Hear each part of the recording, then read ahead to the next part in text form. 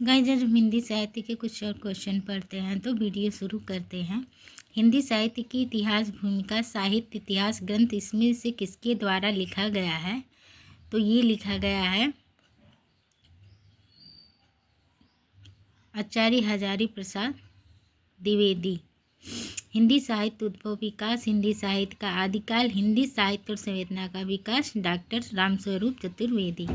किस लेखक के इतिहास ग्रंथ में सर्वप्रथम हिंदी साहित्य का काल विभाजन मिलता है? तो ये मिलता है जॉर्ज ग्रियर्सन के।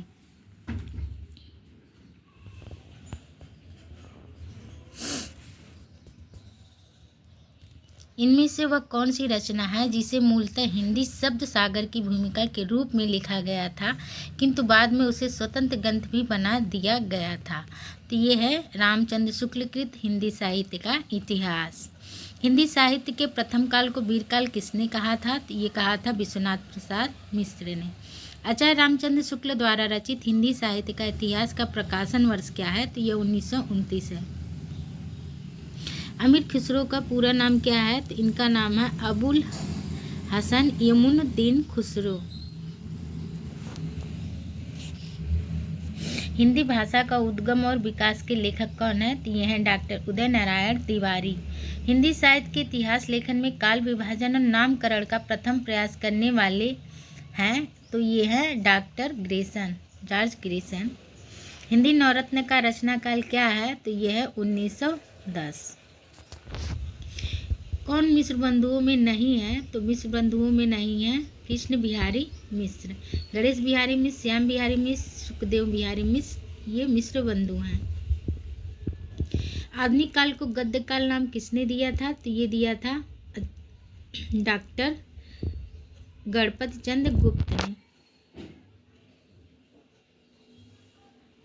नहीं गए जी, आचार्य रामचंद्र शुक्ल ने। आधुनिक काल को गद्य काल नाम दिया था आचार्य रामचंद्र शुक्ल ने। आचार्य रामदास शुक्ल ने शब्द सागर में लिखित किस शीर्षक लेख को परिवर्तित तथा परिमार्जित कर हिंदी साहित्य का इतिहास लिखा है? तो ये लिखा है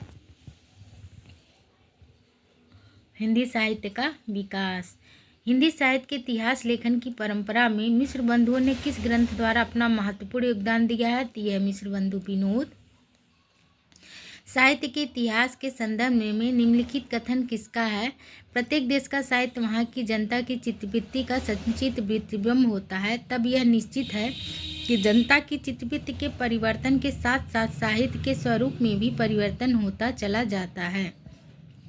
ये आचार्य रामचंद्र शुक्ल का कथन है। हिंदी गद्य के उद्भव काल में संस्कृत हिंदी का प्रक्षरक किसने लिया था? तो ये लिया था राजा लक्ष्मण सिंह ने।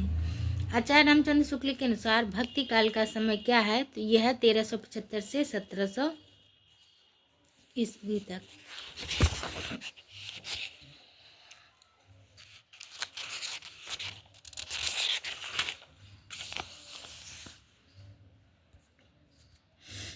कृष्ण ग्रंथ में राधा कृष्ण के प्रेम का अनूठा वर्णन है, तो ये है पदावली में। विशलदेव रासो की नायिका का नाम उल्लेख कीजिए, तो ये है राजमती।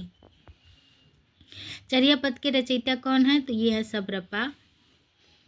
प्यू चित्तौड़ आवक सावन पहलीती जोए बाट बिरहड़ी खिड़खिड़ अड़वे खींच संदेशो पीड़ साहिबा पाछो फिरे न दे पंछी घाल्या पिंजरे छूटर रो संदे। उक्त पद में किस रचना की है? तो ये है बी कुमार रासो की। जयचंद्र प्रकाश के रचनाकार कौन है? तो जयचंद्र प्रकाश के रचनाकार हैं भट्टकेदार। सिद्धों और योगियों की रचनाओं के संदर्भ में यह कथन किसका है? उनकी रचनाओं का जीवन की स्वाभाविक सारणियों, अनुभूतियों और दशाओं से कोई संबंध नहीं है। वे सांप्रदायिक शिक्षा मात्र है, अतः शुद्ध साहित्य की कोटि में नहीं आ सकती। यह रामचंद्र शुक्ल का कथन है। कुमारपाल प्रतिबोध किसकी रचना है? तो कुमारपाल प्रतिबोध सोमभद्र सूर्य की रचना है। संदेश रचक के रचनाकार हैं, तो ये है अब्दुल रहमान।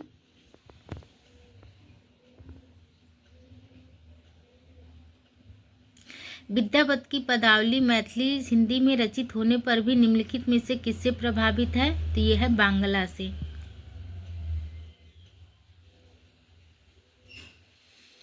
भल्ला हुआ जुमारिया बहड़ी हमारा कंतु लंजे जन तू वैसी हो जय भग्या घर इंतु। ये प्रसिद्ध पंक्तियाँ इनमें से किस कवि की हैं? तो यह हेमचंद्र सूर्य की।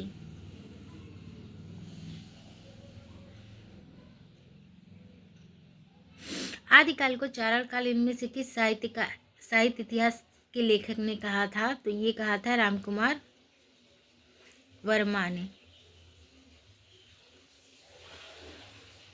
अमीर खुसरो हिंदी साहित्य के किस काल से संबंधित कवि हैं? तो ये हैं आदिकाल से।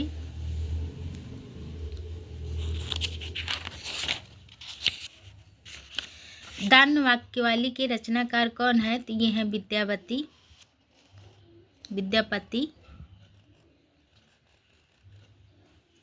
विद्यापति को कृष्ण भक्तों की परंपरा में न समझना चाहिए, इसमें से किसका कथन है? तो ये कथन है रामचंद्र शुक्ल का। आदिकाल के अंतर्गत सरापा लुइपा आदि किस कवि साहित्य से संबंध है? तो ये है सिद्ध साहित्य से। निम्नलिखित काव्य धाराओं में से कौन सी काव्य धारा भक्ति काल के अंतर्गत नहीं आती है? तो ये होती है रासो काव्य धारा।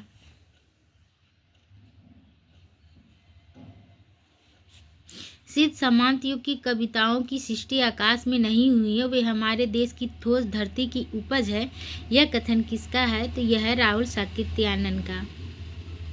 जिस साहित्य में केवल धार्मिक उपदेश हो उसमें वह साहित्य निश्चित रूप से भिन्न है। जिसमें धर्म भावना प्रेरक शक्ति के रूप में काम कर रही हो। धार्मिक साहित्य होने मात्र से कोई रचना साहित्यिक कोटि से अलग नहीं की जा सकती। यह कथन किसका है? तो यह कथन है हजारी प्रसाद द्विवेदी का। इस संबंध में इसके अतिरिक्त और कुछ कहने की जगह नहीं है कि यह पूरा ग्रंथ वास्तव में जाली है। पृथ्वीराज रासो विषय की स्थापना किसने की है? तो यह है रामचंद्र शुक्ल का कथन है।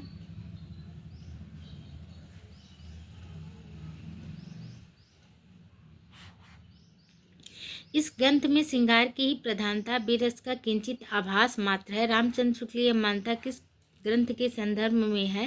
तो यह है बीसलदेव रासो के।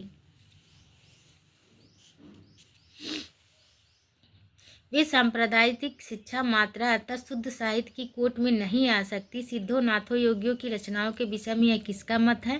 तो यह रामचंद्र शुक्ल का मत है। राहुल बेल के विषय में कौन सा तथ्य सही नहीं है? तो इसमें राहुल नामक नायक का शौर्य वर्णन है, यह तथ्य सही नहीं है। इतिहासकारों द्वारा मान्य हिंदी का प्रथम कवि को सुसंगत कीजिए।